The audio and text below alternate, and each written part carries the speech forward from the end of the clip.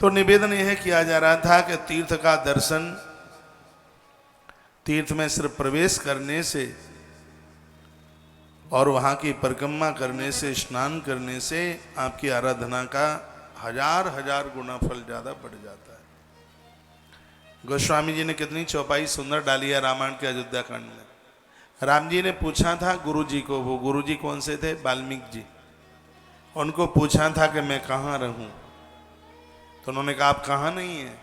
कहा मैं तो सब जगह हूं, लेकिन सीता लक्ष्मण यानी भक्ति और वैराग्य के साथ कहाँ रहूं?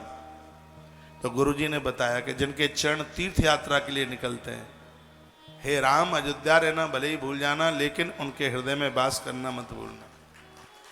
चरण राम तीरथ चल जाई, चरण राम तीरथ चल जाई,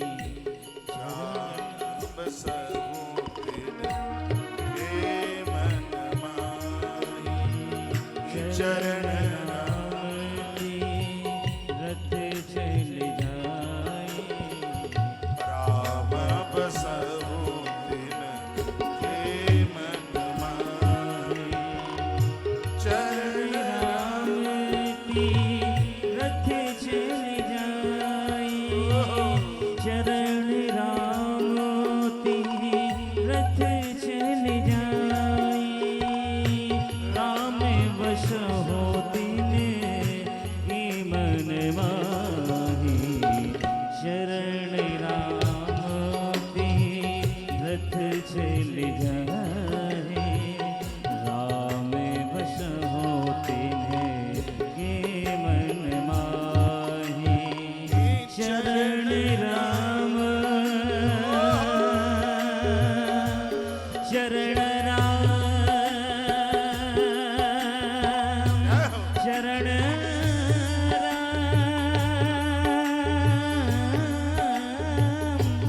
शरण राम, शरण राम, शरण राम, शरण राम तीरथ चल जाहि, शरण राम तीरथ चल जाहि, राम बस होतिन हे मन माही। शरण राम तीरथ चल जाहि, राम बस होतिन हे मन माही। बोलिए भक्त वत्सल भगवान की जय। बड़ा आनंद आ रहा है। सूर्य महाराज ने सौनकादियों को कहा था कि व्यक्ति को 3 काम रोज करने चाहिए। एक यज्ञ, एक गंगा स्नान और एक शिव पूजन। 3 काम, ये आप लिख लें तो ठीक रहेगा। एक है यज्ञ और एक है गंगा स्नान और एक है शिव पूजन। ये 3 काम रोज करें, डेली करें, ये मुक्ति का साधन। तो सौनकादियों ने पूछ लिया कि किसी कारणवश किसी दिनों में ये तीनों काम छूट जाए, ना गंगा नहा पाए और ना यज्ञ कर पाए और ना शंकर की पूजा कर पाए, छूट जाए किसी काम बस, तो ऐसा कोई उपाय है क्या कि जिसको करने से ये तीनों काम हो जाए? सूर्य जी ने कहा उपाय है। क्या उपाय है? उन्होंने कहा कि जो प्रातः सूर्य उदय होने से पहले स्नान कर लेता है, उसको रोजाना यज्ञ करने का फल प्राप्त हो जाता है ऑटोमेटिक, अपने आप। कोई मेरी बात काटे तो सही, यदि गलत है तो अभी श्लोक बोलूंगा। जो सूर्य है बच्चों, जो सूर्य उदित होने से पहले, ये नियम बना लेना, जो सूर्य निकलने से पहले स्नान कर लेते हैं उन्हें रोजाना यज्ञ करने का फल प्राप्त होता है। इस ग्रंथ में तो लिखा है अश्वमेध यज्ञ करने का फल मिलता है। सुबह का स्नान, सुबह नहाने के बाद भी फिर जो दोपहर को स्नान करता है उसको गंगा स्नान का फल मिल जाता है। और रात्रि को जब सूर्य अस्त हो जाता है उसके बाद जो स्नान करता है उसको शिव पूजन करने का तत्काल फल प्राप्त हो जाता है। कौन बताएगा ये बातें तुम्हें? नीचे से कह रहे हैं कि आप बताएंगे। भोर का स्नान अश्वमेध यज्ञ का फल देता है, लेकिन इसका अर्थ ये नहीं कि सुबह नहीं नहाए चलो दोपहर में नहा लेंगे सो गंगा स्नान का फल मिल जाएगा। कुछ नहीं मिलेगा। फिर तो रक्त के कुंड में डूबने का जरूर लगेगा उसको। सुबह नहाने के बाद मैं रोजाना गंगा स्नान करता हूं 12 महीने। आप कहोगे कैसे, तुम तो यहां बैठे हो। मैं व्यासपीठ पर आता हूं तो दोपहर का स्नान करके आता हूं। और दोपहर का जो स्नान है वो दोपहर को स्नान करने से तत्काल गंगा स्नान करने का फल प्राप्त हो जाता है। तो सुबह भोर में आपने स्नान किया है तो वो याज्ञिक कर्म अश्वमेध यज्ञ करने का फल, दोपहर का स्नान है वो गंगा स्नान का फल, और संध्या को सूर्य अस्त होने के बाद जो स्नान है वो शिव पूजन करने का फल तत्काल प्राप्त करा दे। अब बोल दो श्लोक। प्रातः स्नात् मुनि श्रेष्ठा तीर्थे से स्तूयमानवा अश्वमेध फलम प्राप्य। अश्वमेध यज्ञ करने का फल प्राप्त हो जाता है जिसने प्रातः स्नान कर लिया। मध्याह्ने स्नात्वा भक्ता सकिन्नरः गंगा स्नान समम पुण्यम। मध्याह्ने का मतलब है दोपहर। जिसने दोपहर में स्नान किया है तो गंगा स्नान समम पुण्यम, गंगा स्नान का फल तत्काल प्राप्त होता है। और सूर्यास्तम गते तथा चरके स्नात्वा, सूर्य अस्त होने के बाद जिसने स्नान किया कि शिव पूजनम गच्छे शिवम पदम, शंकर जी की पूजा करने का फल उसे प्राप्त होता है। ये तीनों स्नान करने वाले अंत में गच्छेत शिव पदम, भगवान महादेव के धाम में ही जाते हैं, उनको कोई रोक नहीं सकता। इतनी बड़ी महिमा स्नान की। अब उनको मैं क्या कहूँ जो दिसंबर जनवरी में 15-15 दिन तक नहीं नहाते, उनके बालों में जुई पड़ जाती है, जुआ पड़ जाते, जनेऊ की गांठ में जुएं पड़ जाते, जनेऊ की गांठ में जुआ, और उसको मारते रहेंगे चिटर मिटर करके। पहले के लोग थे बूढ़े, ऐसे अंगूठे पर वो जुआ रख के ऐसे मारते उसको, ऐसे चिटर पिटर करते रहते थे। ये डुकरियां ज्यादा करती थी। एक पहले वो आती थी कंगी नहीं कुछ और बोलते, ककई बोलते, क्या बोलते, अब बिल्कुल ऐसे बारीके से उसके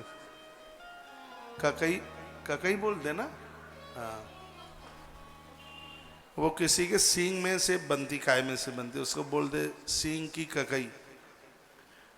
तो वो इतनी बारीकी से होती कि जब वो डुकरिया सिर पर ककई लगाती तो जुआ ऐसे झड़ते जैसे तिली का पेड़ झड़ता है, और धरती में रेंगते वो, और फिर वो डुकरिया उसको उठा उठा के नाखूनों से चिटर फिटर करती रहती।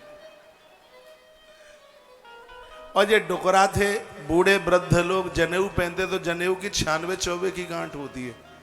ये हमने देखा, वो जनेऊ के बीच वो जनेऊ बदलते नहीं, साबुन लगाते नहीं, तो इतनी गंदगी होती कि उसमें से वो गांठ में, जनेऊ की गांठ में दुनिया भर का जुआ। आजकल बाजार में जुआ मारने की दवाई नहीं मिलती। क्यों नहीं मिलती? क्योंकि अब जुए रहे नहीं, इसलिए। पहले बहुत जुए होते, जुए बालों में वो हो जाती थी, फांस कहते, फलास कहते, फरास कहते। ये कुछ ऐसा। नहा धो करके स्वच्छ शुद्ध रहिए, अच्छा लगता है, नहा के भगवान की पूजा में बैठिए। और मैं तो कहूँगा कि हम जैसे लोगों के लिए तो 3 बार स्नान जरूरी है, लेकिन आप जैसे लोगों के लिए 1 बार का स्नान तो होना ही चाहिए। 2 बार का हो जाए फिर तो आनंद ही है, सुबह का शाम का। दोपहर का नहीं हो पाता है तो सुबह शाम का हो जाए। नहीं तो यहाँ बड़ी अद्भुत बात कही है, बताया गया है कि सुबह का स्नान यज्ञ फल देता है, दोपहर का मध्याह्न स्नात्वा गंगा स्नानम समः, गंगा का स्नान दे देता है। और सूर्य अस्तम गते स्नात्वा, संध्या सूर्यास्त के बाद स्नान करने पर शिव पूजनम शिवम पदम, शंकर जी की पूजा का फल और मरने के बाद भगवान का पद दिला देता है। इतनी बड़ी महाराज महिमा है इसकी। मध्याह्ने च महादेवम, और भगवान की बड़ी निगाहें होती हैं। प्रदक्षिणा त्रियम कुर्या प्रसादम समतंतता सभ्याप सभ्य ज्ञानेन मृदगत्या सुचिन्नर। जो भगवान शंकर के आगे नाचते हैं वो माया के शिकंजे में नहीं फंसते। जो देवताओं के दर्शन करके मंदिर की 3 परिक्रमा लगाते हैं, महाराज वर्णन किया गया है कि ऐसे लोग संसार के संपूर्ण ऋणों से मुक्त होते हुए भगवान के धाम के लिए प्रस्थान कर जाते हैं। जिस व्यक्ति ने 1 महीने तक किसी भी मंदिर में देवी देवताओं की परिक्रमा लगा ली, उसके 1 जन्म के पाप जल करके राख हो जाएंगे। यानि कानि च पापानि जन्मांतरी कृतानि च तानि तानि प्रियक्षन्ति प्रदक्षिणाम पदे पदे। परिक्रमा करते समय पाम रखते रखते सभी महाराज सभी के सभी पाप समाप्त हो जाते हैं। पाम रखते रखते यज्ञ करने का फल प्राप्त होता है। तो पूजा के बाद आरती और आरती के बाद परिक्रमा, परिक्रमा के बाद आसन। आसनम, आसन पर थोड़ी देर बैठें, भगवान का कुछ नाम लें। कल भी मैंने बोला थोड़ा सा प्रणामादि प्रणम लगा करके भगवान का थोड़ा सा आप जप करें। इस तरीके से यदि जीवनी इस प्रकार से यदि जिंदगी जी ली जावे तो स्वर्ग हमारे और आपके लिए धरती पर ही उतर करके आ जाएगा। हिंसा सदा ग्रस्ता नाम तस्माद हिंसा विवर्जित। गृहस्थी लोग हमेशा हिंसा करते हैं। आप कहोगे कैसे हिंसा करते हैं? सुबह जब आप झाड़ू लगाते हैं तो बहुत कीड़े मकोड़े मर जाते हैं। बर्तन साफ करते हैं उस समय भी जीव की बहुत ज़्यादा हत्या हो जाती है। अहिंसा परो धर्मो, अहिंसा ही परम धर्म है। तो इस हिंसा से बचने के लिए ही गौ माता को घर की पहली रोटी दी जाती है। कान के ढपोला खोल के सुन लो, ये गौ माता को जो रोटी दी जाती है इस अपराध से बचने के लिए। खटमल, कीड़े मकोड़े सुबह से शाम तक बहुत मर जाते हैं। आपने तो लाइटर लिया, फुटुक से आपने जलाया और चूल्हा जल के तैयार। आपको मालूम है कि जब दूध उफन गया था तो उस दूध को चूल्हे पर चाटने के लिए कितने कीड़े मकोड़े उसमें लगे। दाल उफन गई थी उसमें, तो बहुत कीड़े मकोड़े उसको खाने को आ गए। आपने तो इतने जल्दी में चाय बनानी है, जल्दी फटक से आपने लाइटर जलाया, 1,000 कीड़े मकोड़े एक साथ मरे। यही होता है, आप जाले उतारते हैं, जाले में इतने कीड़े मकोड़े, जाला नीचे गिरता है, पाम के नीचे कुचल के मरता है। यह दैनिक अपराध है, ये रोज के अपराध हैं। इनके लिए 6 काम करने की जरूरत होती है। भागवत जी के 5वें स्कंद में वर्णन है। इस अपराध से बचने के लिए 6 काम, 6 में गौ माता की रोटी भी है। 6 काम कौन कौन से? इसको षड कर्म कहते हैं। सुबह जागो तो सबसे पहले भगवान का नाम लो। आप सुबह जागते हैं तो भगवान का नाम लेते हैं कि चाय कॉफी का नाम लेते हैं? बातें मत बनाओ, पता है मुझे। परिसर में बिटिया सपना तोमर बैठी है क्या? यूट्यूब वाली बच्ची है? हाँ हाँ, ये बैठी। मैसेज आ रहे हैं बेटी तेरे लिए, बैठे। सुबह जागो तो सबसे पहले भगवान का नाम। दूसरा काम है नित्य स्नान। तीसरा काम है भले ही 10 मिनट को अपने मंदिर में बैठे बैठिए। चौथा काम गौ माता को घर की पहली रोटी। 5वां काम घर में वृद्धों को भोजन, बूढ़ों को सबसे पहले भोजन दीजिए। और 6वां काम है पशु पंछियों को कुछ दाना डालिए। ताली जोर से बजाइए। इसको कहते हैं षट कर्म, 6 कर्म। ये तो रोज ही हो जाए, रोज नहा लिया करो। रोज नहाते हो? रोज नहा लिया करो। अभी तो उज्जैन आए, अभी तो नहाना ही पड़ेगा। घर में भी रहते हो तो रोज नहा लिया करो। आप चाय पी लेते हैं बिना नहाए? हाँ, आधा भगोना भर के चाय बनती है आपके घर में, खूब चलता है, बड़ी जोर से। चीनी की बनाते हैं, गुड़ की बनाते हैं, खूब भर भर के पीते हैं, खूब नमकीन खाते हैं, बिस्किट भी खूब चलता है। थोड़ा सा अपने आप का परिवर्तन कीजिए। पहले स्नान, मंदिर पूजन, अद्भुत कार्य है। गौ माता के लिए रोटी, अतिथि पूजा, वृद्धों को आदर। मैं अपनी बहनों को आज बुधवार को एक बात कहूंगा, आप आदत में डालिए, साड़ी का छोर हाथ में लेकर सास ससुर के घर में बड़े आते हैं, पूज्य आते हैं, साड़ी का छोर ऐसे लेके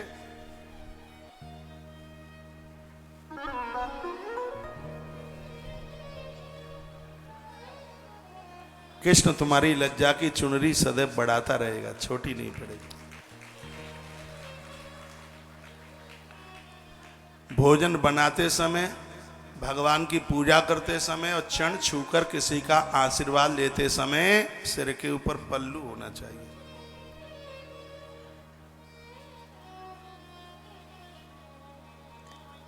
बेटियों के सिर के ऊपर क्या बोलते हैं इसको, चुन्नी।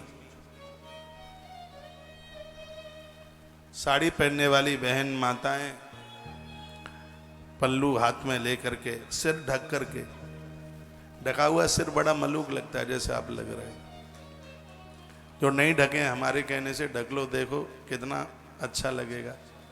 अमेरिका वाले सुनेंगे आपको प्रणाम करेंगे, क्यों? कथा पूरी दुनिया में जा रही है। आरती के समय आप यहाँ आरती करते हैं और आपकी फरिया कैसे पड़ी रहती है दूर आरती के टाइम पर, पता है? ऐसे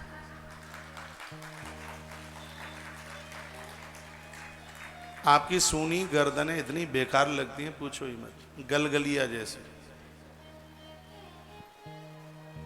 आपके कंठ में मंगलसूत्र का महत्व है, आपके कंठ में तुलसी रुद्राक्ष का महत्व है। कंठ बिल्कुल सूना नहीं। ऐसा जीवन को जिए जिसमें कथाएं तो मैं एक ही दिन में पूरा से पुराण कर दूंगा, लेकिन ये बातें बहुत ज़्यादा जरूरी है। भोजन बनाते समय, भगवान की पूजा करते समय और किसी के चरण छूते समय, आशीर्वाद लेते समय सिर ढका हुआ हो। 6 काम जीवन में भूलना मत। नित्य स्नान, मंदिर में भले ही थोड़ी देर के लिए पूजा करें हुए है। घर में आपने रसोई बनाई है तो बाहर से अतिथि आए हैं या घर में बुजुर्ग हैं, पहले उन्हें भोजन दीजिए। गौ माता को पहली रोटी निकालिए और अगली बात कही गई है जीवों के लिए, आप उनके लिए, चींटियों के लिए, जीव जंतुओं के लिए, स्वान कौए के लिए, इनके लिए भी कुछ आप निकालिए। यह कार्य भाग्य को खड़ा कर देगा। आपके घर में बुजुर्ग हैं, इनके चरण छू के देखे तो सही। मैंने ऐसी बहनों को देखा है वो चरणामृत लेती हैं सास ससुर का। वो आती है ना, वो कौन सी तारीख होती है, मकर संक्रांति 14 जनवरी। उसके घर में उसके पियर वाले भाई लोग कुछ डोकरिया को कपड़ा लत्ता लेके आते हैं, डोकरा को भी लेके आते हैं, कुछ जो भी वो पहनते हैं सो वो लेके आते हैं। लेकिन ऐसा चरणामृत किसी काम का नहीं है कि बेचारों से साल भर लड़ते रहो और मकर संक्रांति को तलवा धो के ऊपर जाना चाहूं तो संभव नहीं है। इनको रोज आदर मिले।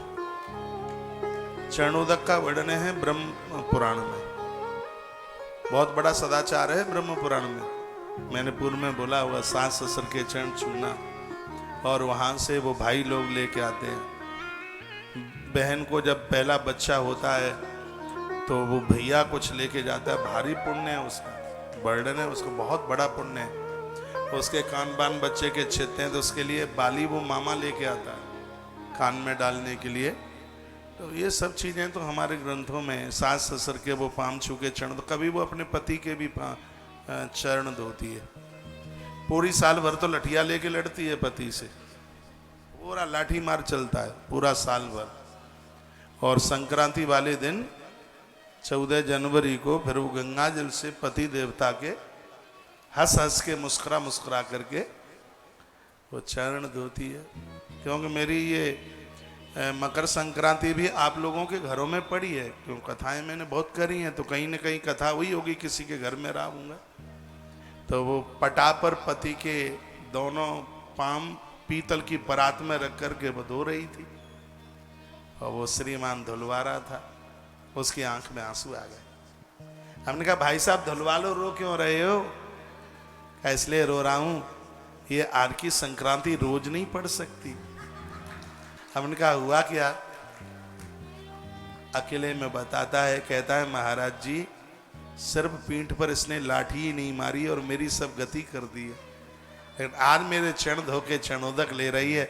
मैं तो भगवान बांके बिहारी को, वो कहता है बिहारी जी का भगत था, मैं तो भगवान बांके बिहारी जी को प्रार्थना करके कहता हूँ इसने अभी तक मेरा जो भी अपराध किया है, मम्मी पापा से लड़ी है, तो मकर संक्रांति वाले देवता इसको इसके अपराधों से मुक्त कर देना।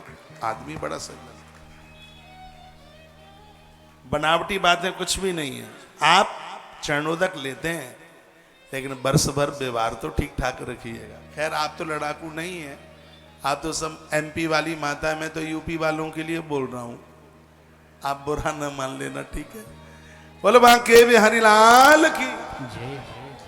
श्री हनुमान जी महाराज की जय। जय श्री राधे, जय जय श्री राधे, जय जय श्री राधे।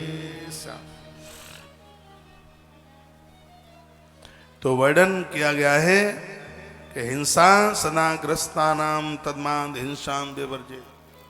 गृहस्थियों से सदैव हिंसा होती रहती है, कीड़े मकोड़े मरते रहते हैं, उसके लिए भगवान महादेव का आदेश है। परंपरा तो सब शंकर ने बनाई है।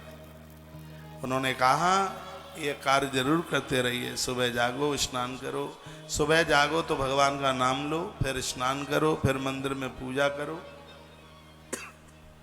ए बच्चों तुम्हें पता नहीं मैं ठीक आगे बैठा हूं, इधर आओ, अंदर आओ, आ जाओ आओ। वो मक्कड़, ए कदुआ कहां जा रहा है?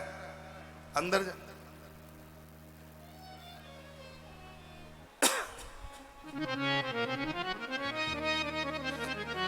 कदुआ जैसा ही है, उसका नाम ही कदुआ रख दिया।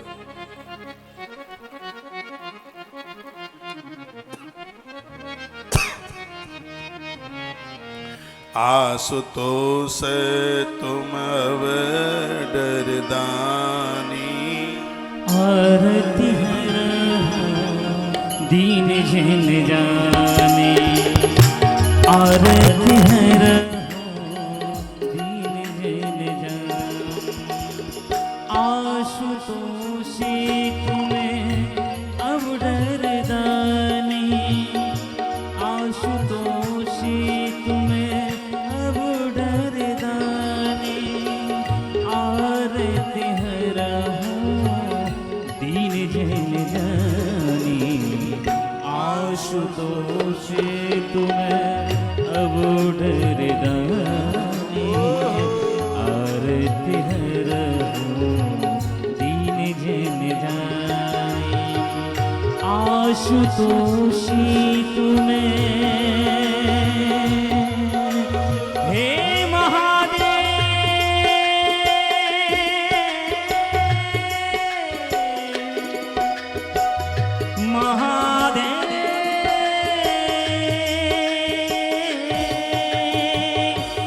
आशुतोषी तुम्हें अब डरदानी, आशुतोषी तुम्हें अब डरदानी। आरती हर दीन जन जानी, आशुतोषी तुम्हें अब डरदानी। आरती हर दीन जन जानी। बोलिए शंकर भगवान की। आप चल दिए, इंदौर से आए हैं तो भूखे जा रहे हैं, भोजन कर लिए, प्रसाद ले लिए? पक्का? ठीक है, इंदौर में मिलते हैं 14 तारीख को। कार्यक्रम स्थल पता है? मां कनकेश्वरी मंदिर, जिसे सफेद मंदिर व्हाइट टेम्पल के नाम से जानते हैं, परदेसीपुरा में पधारिएगा। टाइमिंग्स 3 से 6, 3 घंटे का ही प्रोग्राम। ऐसे आते रही। इंदौर के काफी लोगों का आना हुआ है और इंदौर तो मुझे बहुत अच्छा लगता है। तालियां इंदौर वाले बजा रहे हैं।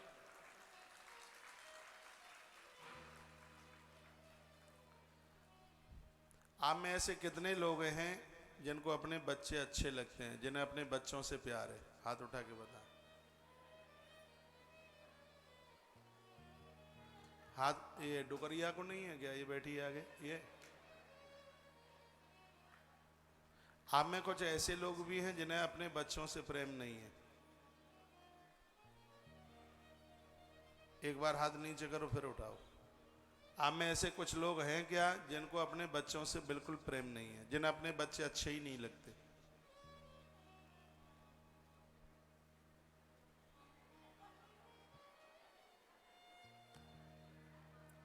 एक भी हाथ ऊपर नहीं उठाया।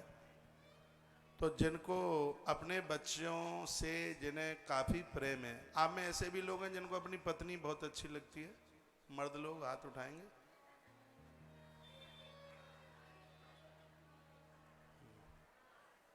अब माताएं देख रही हैं कि हमारा आदमी किधर बैठा है।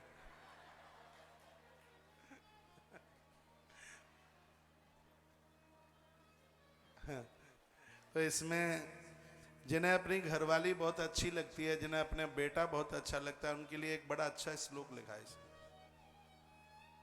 वो मैं यहां से गाई देता हूं, सुनाई देता हूं। सुनिए।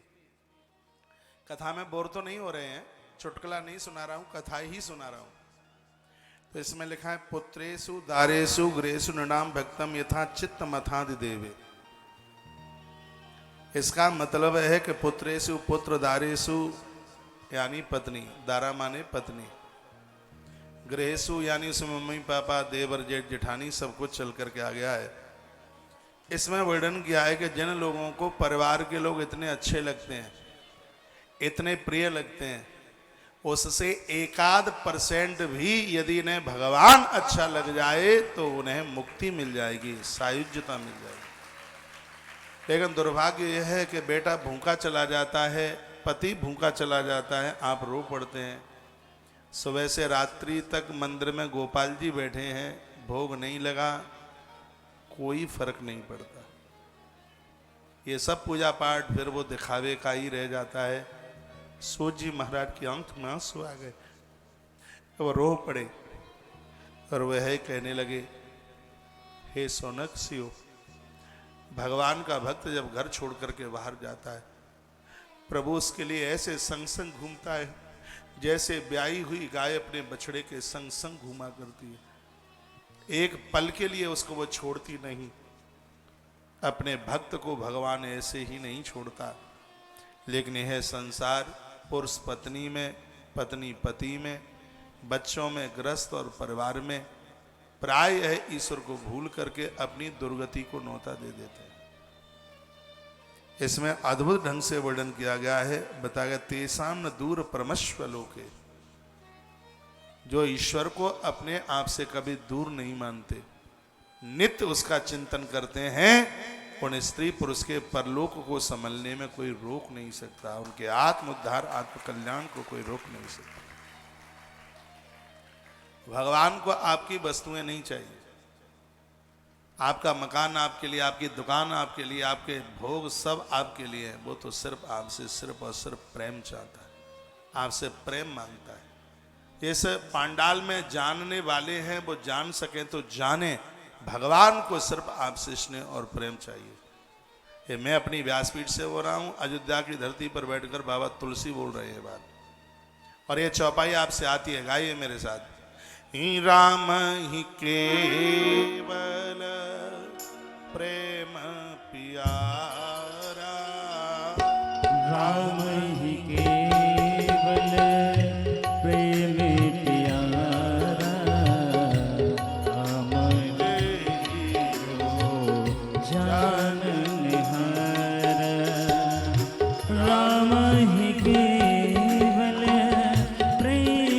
प्यारा राम ही केवल प्रेम प्यारा जान ले जो जाननहारा राम ही केवल प्रेम प्यारा जान ले जो जाननहारा राम ही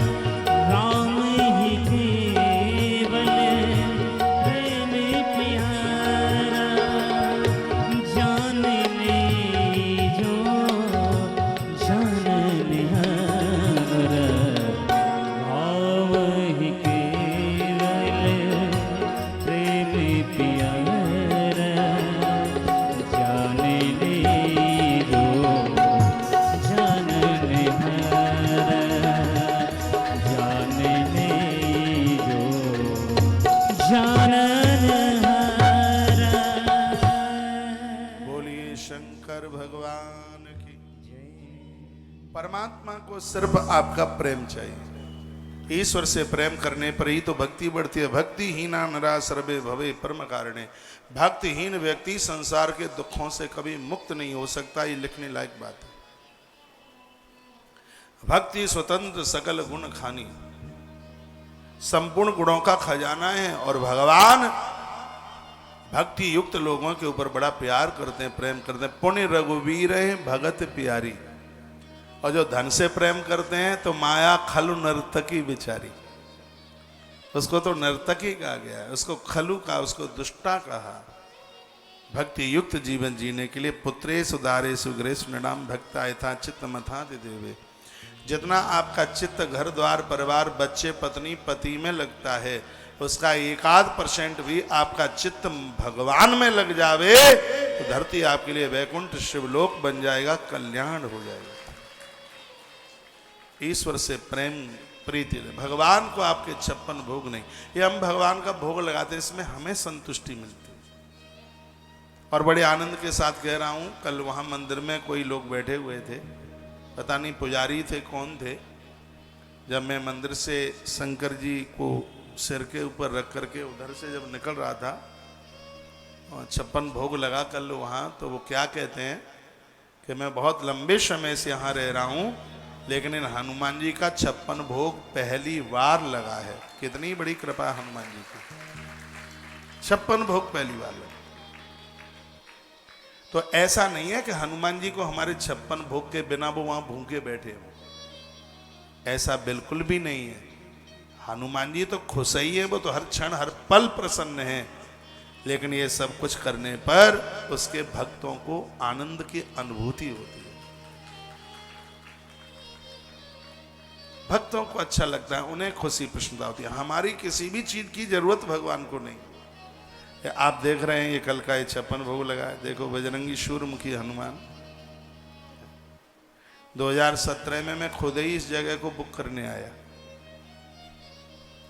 यहाँ के जो जिनके अंडर में ये सब जगह है, आश्रम है, ये पंचायती अखाड़ा है उदासीन, जो कि बड़े अखाड़ों में से अखाड़ा है। तो यहाँ का कुछ भाग जिनका मैं नाम ले रहा हूँ, श्री वंसल जी ने ले रखा है। वंसल है, बड़ा अच्छी फैमिली है, अग्रवाल फैमिली है। 2004 का कुंभ करने के लिए हम आए थे। 2004 के कुंभ में जो अखाड़े लगे थे, उस समय कम उम्र मेरी ही थी। ये पत्रकार लोगों ने छापा, बहुत बड़ा शिविर लगाया। 2004 यानी मतलब हो गया आज से 18 साल पहले। हाँ, आप आए होंगे। तो उधर कौन सा है ये एरिया, उजड़ खेड़ा है क्या है? हाँ, उजड़ खेड़ा ही है। तो वहाँ पर वो शिविर लगा हुआ था पूरा, वो तो वहाँ का वो सर्वे किया गया उसमें। तो बड़े बड़े अखबारों में छापा गया। मुझे 28 प्रश्न एक चैनल वाले ने किए थे और मैंने 28 प्रश्नों का जवाब, उपनिषद और वेदांत के बारे में बहुत कुछ बातें पूछी गई, मैंने फटाक फटाक से जवाब दिया। तो वो आदमी बॉम्बे से आई थी वो टीम, आज भी मुझे ध्यान है। बोलता कि तुम ये कैसे बन गए, तुम्हें तो किसी फिल्म का डायरेक्टर होना चाहिए था, तुम्हें तो कहानियां लिखनी चाहिए थी। मैंने कहा भगवान जो बनाता है तो वही ठीक है, भगवान जो बनाता है वही ठीक है। तो शिविर लगाया था और शिविर में हमें बहुत गद्दों की जरूरत पड़ गई। अचानक लोगों का आना शुरू हो गया, तो हमें ये वंसल जी ही मिल गए। पता नहीं कैसे इनका अचानक उधर आना हो गया, इनका काफ़ी काम वहाँ चल रहा था। तो इन्होंने उस समय हमें लगभग 2000 से ज़्यादा गद्दे अवेलेबल कराए। अब देखो उम्र इतनी कम होती थी, 2000 गद्दे एक ही आदमी से ले गए, तो समझ लो प्रोग्राम कितना बड़ा होगा। जीवनदास अरोड़ा जी उसके प्रमुख यजमान थे, दिल्ली वाले, और काफ़ी बड़ा, काफ़ी लंबा चौड़ा वह कार्यक्रम था। उसके बाद में फिर मैं उज्जैन में आता ही रहा कभी कभी कार्यक्रम करने के लिए। इनसे मेरी मुलाकात नहीं हुई बीच के कार्यक्रमों में। तो मैं 2017 में मुझे बद्रीनाथ जाना था और मैं भगवान शंकर जी का अभिषेक कर रहा था बैठे बैठे। जो घटनाएं कैसे घटती हैं, मैं कोई अपनी राम कथा नहीं आपको सुना रहा हूँ। मैं अभिषेक कर रहा था भगवान का, 17 की बात है ये, और महीना रहा होगा ये अप्रैल, 22-23 अप्रैल रही होगी। तो मैं भगवान का अभिषेक कर रहा था। तो ऐसे में अचानक, वैसे मुझे पूजा में कभी नींद आती नहीं है, भगवान की कृपा से। श्रृंगी मेरे हाथ में थी और कोई बालक मंत्र बोल रहा था और मेरी हल्के से में झपकी लग गई। पूरा अभिषेक चल रहा था, मैं नित्य 365 दिन अभिषेक करता हूँ। तो जैसे ही मेरी झपकी लगी, तो झपकी लगते मैं महाकाल के मंदिर में पहुंच गया। आज भी मुझे ध्यान में आता है, पुजारी जी ने मुझे आक के फूल की माला दी, अकहुआ के फूल की माला, और कहा कि ये माला चढ़ाओ। हमने भगवान महाकाल को माला चढ़ाई। वो सब झपकी लगे में ही ये सब हो गया। उन्होंने माथे के ऊपर चंदन चंदन सब थोप दिया, हमने ऐसी परिक्रमा भी लगाई। तो मुझे ऐसा लगा उस समय कि किसी ने मुझे ऐसे आवाज लगा करके कहा है कि रामघाट पर तुम पूरा सावन का महीना अभिषेक करो। मुझे ये बिल्कुल सत्य घटना है। घड़ी में 8:40 हो रही थी और मैं एक शरीर में ऐसे वाइब्रेशन था, बिल्कुल एकदम यूं ऐसा। मैंने ये आचार्य जी से, राममोहन शास्त्री जी से मैंने कहा कि रात को ट्रेन है, उज्जैन जाना है। उसी दिन की बात थी, उज्जैन जाना है। तो उन्होंने कहा एकदम ऐसा अचानक क्या काम पड़ गया? मैंने कहा हम महाकाल के दर्शन करने। वो बात मैंने इनको नहीं बताई कि ऐसी ऐसी बात है। आप बैठे माता जी, आप बिल्कुल बैठ जाइए, बैठिए, आप यहीं बैठ जाए। अभी जब आरती वारती हो तब चढ़ावा छुड़वा कर लिया कर, आप बैठिए, बैठ जाइए। बहुत प्यारी बात आपके बीच में रख रहा हूं।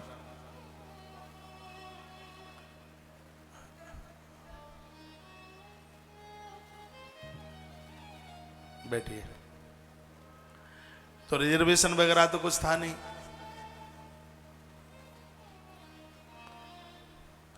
और रात्रि को 11:40 पर एक दिल्ली से गाड़ी आती है, इंटरसिटी एक्सप्रेस, इंटरसिटी गाड़ी आती है।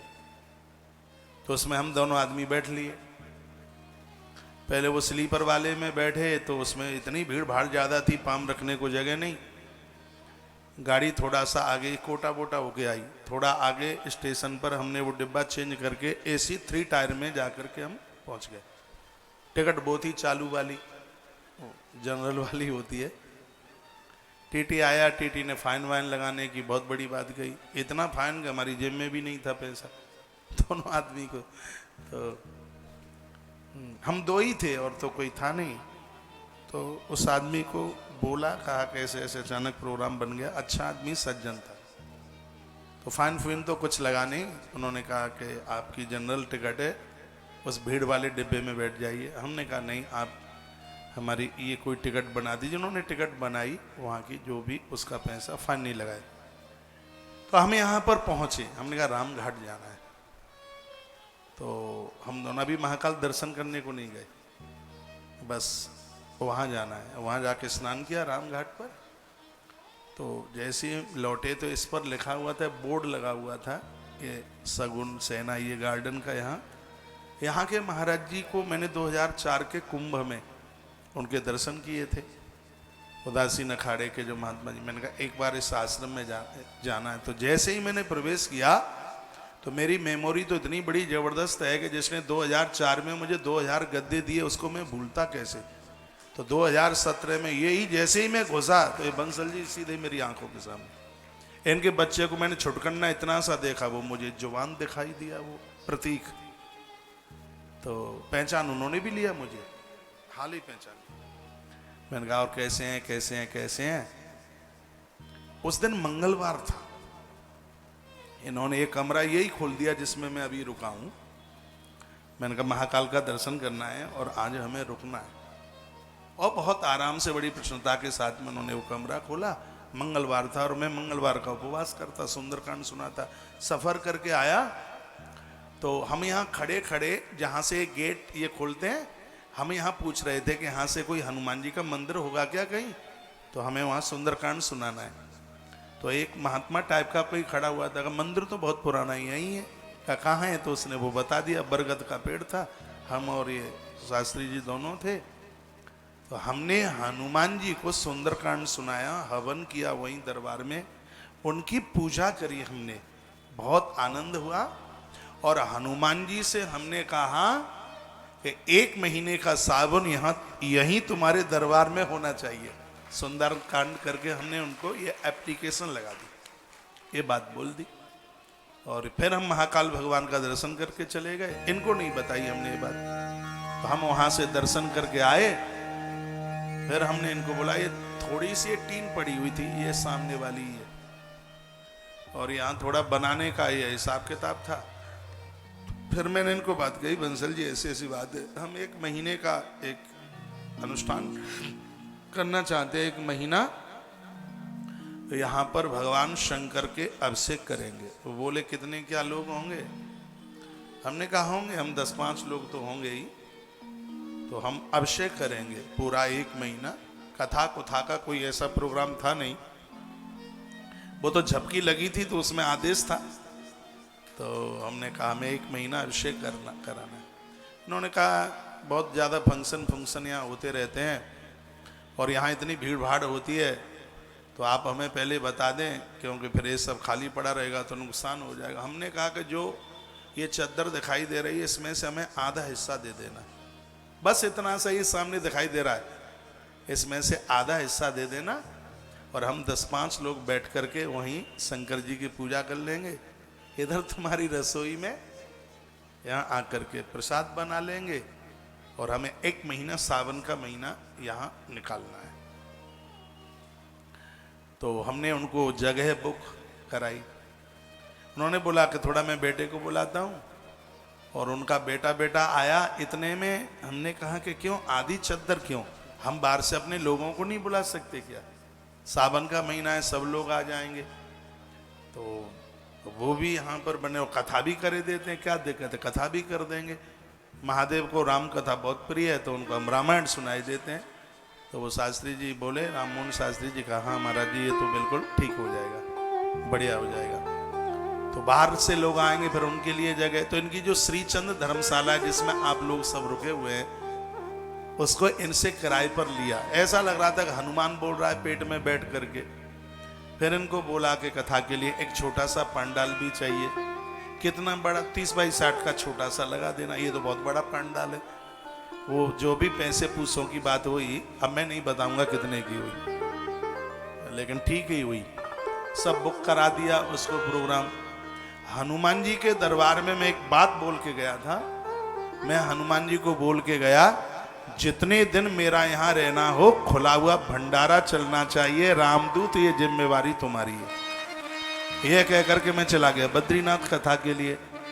बद्रीनाथ से मैंने उसका पहला अनाउंस कर दिया, वहीं से अनाउंस किया कि ऐसे ऐसे 1 महीने का आयोजन है और आप सब लोग जरूर पधारिएगा, और वहाँ ऐसे ऐसे अभिषेक महामृत्युंजय मंत्र। उसके बाद एक इटावा में देवी भागवत कथा थी रामायण में, वो कौन सा एरिया है, वो बड़ी अच्छी जगह है, वो निमाइश मेला ग्राउंड है, वहाँ अनाउंस कर दिया। उसके बाद में फिर मेरी संस्कार पर कथा वहाँ थी भिंड में। ये सब कथाएं संस्कार टीवी पर थी। लोगों का ऐसा जुड़ाव हुआ, आप विश्वास करें 2017 के आयोजन में 10,000 आदमी सुबह से लेकर रात्रि तक रोज भोजन करता था। कथा में पूरी इतनी लाइन लगती थी। तब से लेकर के आज तक मैं यहाँ के हनुमान को इतना मानता हूँ, ये इतने प्रत्यक्ष बजरंगबली हनुमंत लाल जी हैं, बस इनको तुम कुछ बोल दो, इनको पूरा करने में बिल्कुल देर नहीं लगती। कल जिनका 56 भोग लगा हुआ है, ऐसा लग रहा था कि बिल्कुल मुंह से बात कर रहे हैं। आप यहां तक आए हैं दिन में एक बार उनके दर्शन करने के लिए, वो अपने गुरुजी की तरफ मुंह किए हैं, इसलिए वो सूर्यमुखी हनुमान है और बड़े ज्ञान देने में, विचार देने में बहुत प्रभावशाली होते हैं सूर्यमुखी हनुमान। तो कल जिनको 56 भोग लगाए है, पूजन किया, वंदन किया, इतना आनंद आया। ये टीवी में आप देख रहे हैं, ये वही है। और हम तो छोटे से काम से शुरुआत करते हैं, भगवान की कृपा से वो छोटा ही फिर इतना बड़ा हो जाता है। तुलसी तपोवन गौशाला ने एक गाय से गौशाला शुरू करी, आज कई हजारों गैया है गौशाला के बाद, एक गाय से, इकलौती एक गाय से। मंडला की गैया भी, उसका नाम मैंने कालिंद्री रखा था, काली गाय थी बिल्कुल। सुबह ही सुबह मैं तराई कर रहा था वहाँ, इतने में कोई वो बगल में महाराजपुर है, वहाँ एक दादाजी चले आए अपनी मरी मराई गैया लेके, बिल्कुल ऐसी थी, जकुड़ लिया एकदम बिल्कुल। सुबह ही सुबह आ गए वो, बोले हमने सुना है आप गौशाला बना रहे हैं। हमने कहा गौशाला तो बना रहे हैं, पर अब ये कंप्लीट नहीं है, इसको टाइम लगेगा। कहा कंप्लीट है या नहीं है, ये गैया तो मैं रखनी ही पड़ेगी। देसी गैया थी। हमने कहा ऐसा लग रहा है तुम गोपाल बन के गैया लेके आ गए। एक गाय से वहाँ की गौशाला शुरू। वृंदावन में भी तुलसीवन आश्रम में हमने एक ही गाय रखी थी शुरू में, जगह इतनी नहीं होती थी। आज एक गैया से काम तो छोटा सा, लेकिन हनुमंत लाल जी उस छोटे को भी इतना विशाल कर देते हैं, इतना बड़ा कर देते हैं। यहाँ भी आयोजन छोटा नहीं है, यहाँ सैकड़ों ब्राह्मण की दक्षिणा दुनिया भर की बनेगी। यहाँ के भंडारे के खर्चे, आयोजन के खर्चे, प्रसारण का खर्चा, टेंट तंबू, ये सब चीज, इसमें कोई भी चीज कहीं की भी फ्री की नहीं है। लेकिन ये सब हो कैसे रहा है? चारों युग प्रताप तुम्हारा, ये सब भगवान के द्वारा हो रहा है। ये तब हो रहा है जब हमारी प्रीति उसके चरणों में है, प्रीति पूर्ण है। ऐसा कोई क्षण नहीं है, ऐसा कोई पल नहीं है उसके चरणों से ध्यान हटता। चाहे हम आपसे बात कर रहे हो तो भी ध्यान उसी के चरणों में रहता है, वो अभ्यास में आ गया है इसे। तो यहाँ का जो श्लोक है, पुत्रे सुधारे सुग्रह नृणाम भक्ताम यथा चित्त मथादि देवे, जितना चित्त आपका आपके घर द्वार परिवार पत्नी पुत्र में लगता है, उसका एकाध हिस्सा भी भगवान के चरणों में लग जाए तो निश्चित रूप से धरती का वैभव भोगता हुआ वह व्यक्ति मोक्ष को प्राप्त होगा। यह दावा श्री सूत जी महाराज करते हैं।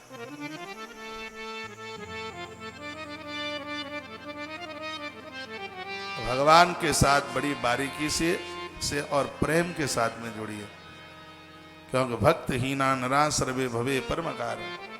भक्तहीन व्यक्ति इहलोक और परलोक सब कुछ अपना बिगाड़ लेता है। इस ग्रंथ में तो लिखा कि यह है पुत्र पौत्र का स्नेह द्रलोकम ब्रजंति थे। वर्णन किया गया है कि जैसे आप अपने बेटे और बेटों के बेटों पर जितना आप स्नेह करते हैं, इस धरती के पशु और पंछियों को भी उतना स्नेह कीजिए। इनको मारिए मत, इन्हें दुत्कारिए मत, इनकी बलियां मत चढ़ाइए। ये ग्रंथ में वर्णन है। इसमें स्पष्ट वर्णन है कि जीव हत्या करके कोई भी देवी देवता कभी प्रसन्न नहीं होता। न हंतव्या सना पूज्या पाप कर्मरता अपि, न हंतव्या, कभी किसी को मारिए मत, क्यों हर जीव में भगवान का वास है। इसलिए यज्ञार्थम पशु हिंसा, कितना भी बड़ा आप यज्ञ मीन्स धार्मिक अनुष्ठान कार्य। आज भी इस देश में बहुत जगह ऐसी परिपाटी है कि लोग कुछ धार्मिक कार्य के लिए जीवों की बलि चढ़ा देते हैं। ऐसा बहुत एरिया है जहां बच्चों के मुंडन संस्कार पर, कितना पवित्र संस्कार है, और उसमें वो भैंसा बलि में चढ़ा देंगे। मुझे मुहूर्त पूछेंगे, मैंने कहा पागल हो गए हो क्या, मूर्ख हो गए हो क्या? एकदम बिल्कुल। मुंडन संस्कार करने को जा रहे हो और तुम जीव की हिंसा का। हमारे यहाँ तो ऐसी परिपाटी बहुत जगह तो ऐसी है जहाँ छोटे बच्चों का जन्म होता है तो शराब के बोतल का ढक्कन खोल के 4 ढक्कन उसके मुंह में डालते हैं। मेरे साथ में सिक्योरिटी में एक पुलिस वाला था, मंडला में, आदिवासी इलाके का था। तो दिन में कथा सुनता और रात को शराब पी के आ जाता। मैं बड़ा परेशान हूं उससे। मैंने कहा भाई तू दिन भर कथा सुनता है और रात को तू शराब पी के आ जाता, और तुझे देखते ही मेरे पूरे दिन की खुशी, बिल्कुल समझ जा, पूरे दिन की खुशी की मौत हो जाती है तुझे देखते ही।